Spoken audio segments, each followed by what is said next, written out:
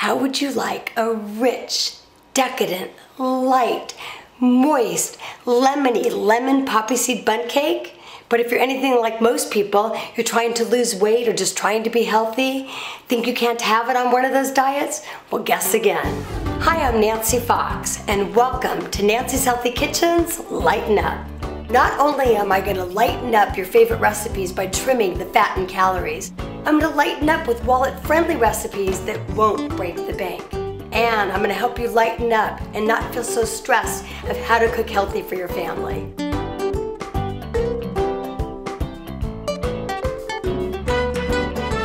I don't know about you, but my passion is dessert. I love dessert and I like to eat it every day. The bottom line is I wanna have my cake, but I want to be healthy too.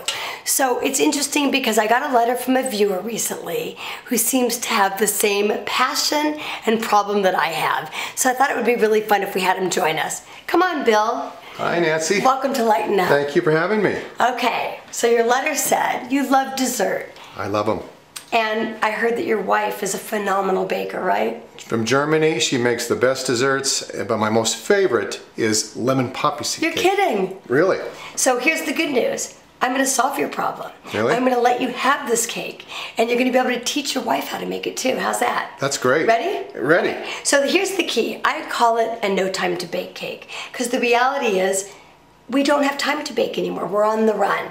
So I'm going to give you my blessing to start off with this cake with a cake mix. We're going to use Duncan Hines, all right? Okay. Add our cake mix, and this one happens to be lemon. All right, so let me get the whole package in there. Now the reality is a cake mix is just flour, sugar, baking soda, basically the dry ingredients that you would make in a scratch recipe, okay? Let's get all of it out there. Help me out and release the box. Next, if it was also high fat, we'd add a little bit of pudding. And this is just one package of instant lemon pudding. It's gonna add a lot of flavor because remember I said I love lemon. I want it super lemony. Now, that's just our dry ingredients. This is where the cake gets interesting. Normally a high fat cake has 1 cup of sour cream. Oh, too much fat. I love that Can't do it. Well, Bill, there's things like fat-free sour cream. So, here we are. I'm gonna Does it taste the same? You know what? If you're gonna use it in a baked potato, I can't promise you it tastes the same. But in this cake, by the time we add all of our ingredients, you're not gonna miss the fat. I gotta at all. see this. All right, so I'm gonna add my 1 cup of sour cream. All right, gonna get every last drop here. Next, I want a nutty, kind of crunchy flavor. Poppy seeds solve that. And so I'm just gonna add 1/3 cup. Okay, so let's talk eggs. If this is the high-fat version, it's gonna use in the upwards of 4 full eggs. It's too much cholesterol. Wonderful product out there in your dairy section, all whites. And we're gonna use 3/8 of a cup, which is halfway between the 1/4 and the half. So we're gonna add our egg whites, all right?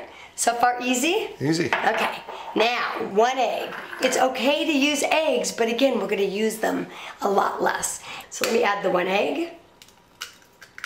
Okay, so far we've added all these wonderful reduced fat or fat-free products, but we're missing the fat. I bet your wife's has every bit of 1/2 cup of canola oil. Every bit. Too much, too much.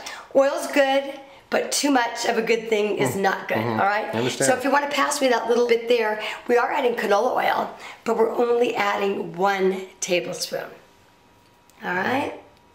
But we still need more fat.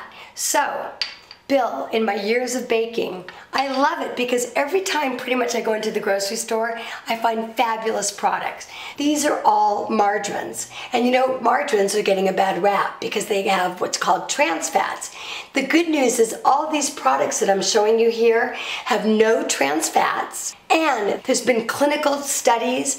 They've proven that the more you eat these products, you lower your cholesterol, and actually the bad cholesterol, the LDL. So that's a good thing. So not only are we gonna add it to our cake for the fat substitute, but we're gonna actually help our heart. And all we're using here is we're gonna use the same as we would if it was the high fat. We're gonna add the 1/2 cup. So we're gonna put our 1/2 cup into the mix. And then there's only 1 more ingredient. If you hand me that little container there, we're making lemon poppy seeds, so we wanna add a little bit of fresh lemon juice. All right, gonna add that. Okay, Bill, we're going to turn our mixer on. Now the key here with mixing is you want to let it go on low just for a couple seconds, just so the flour is not flying. There's nothing worse than making a mess in your kitchen. Once it's going, I'm going to turn it up to high, because what I want the batter to do is to whip, get air involved in it, and really get it really combined. The beauty of a no time to bake cake when you use a cake mix, you can't make a mess. You're just not going to be able to screw it up. It's almost foolproof. So while this is mixing, I'm going to get our pan prepared. I'm starting out with a bundt pan, and because we're not using a lot of fat, the quick tip here is to spray it with some non-stick spray. And I bet you're wondering why I'm standing over the sink. That's because it's a little messy, and so I don't want you to slip and slide around your kitchen or have a big mess on your counter. So I'm going to just spray it, and this non-stick spray has flour in it, so it's going to extra coat the pan. If you don't have flour in your spray, just dust it with a little flour. So now we've got our pan prepared, and our batter's ready to go. Let's turn this off. And Bill, if you could hand me the rubber spatula. Sure. Wonderful. We're just going to get the batter off here. This is the trickiest part of this, probably the hardest thing about this recipe.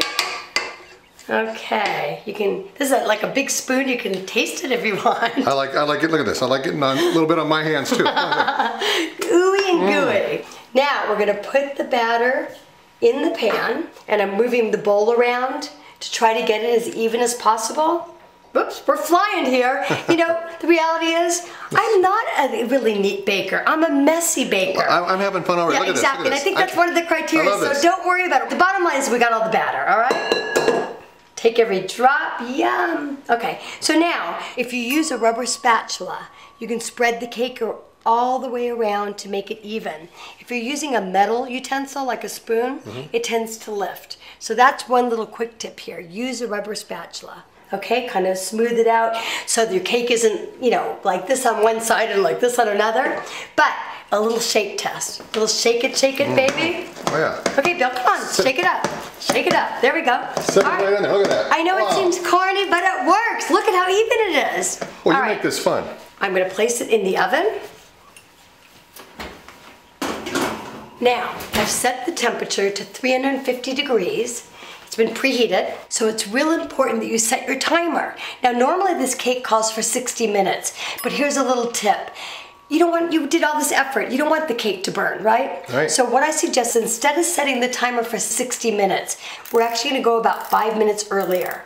You can always put the cake back in, but once it's burnt, it's dead. Okay, so we've got our timer at 55 minutes, and let's let it bake.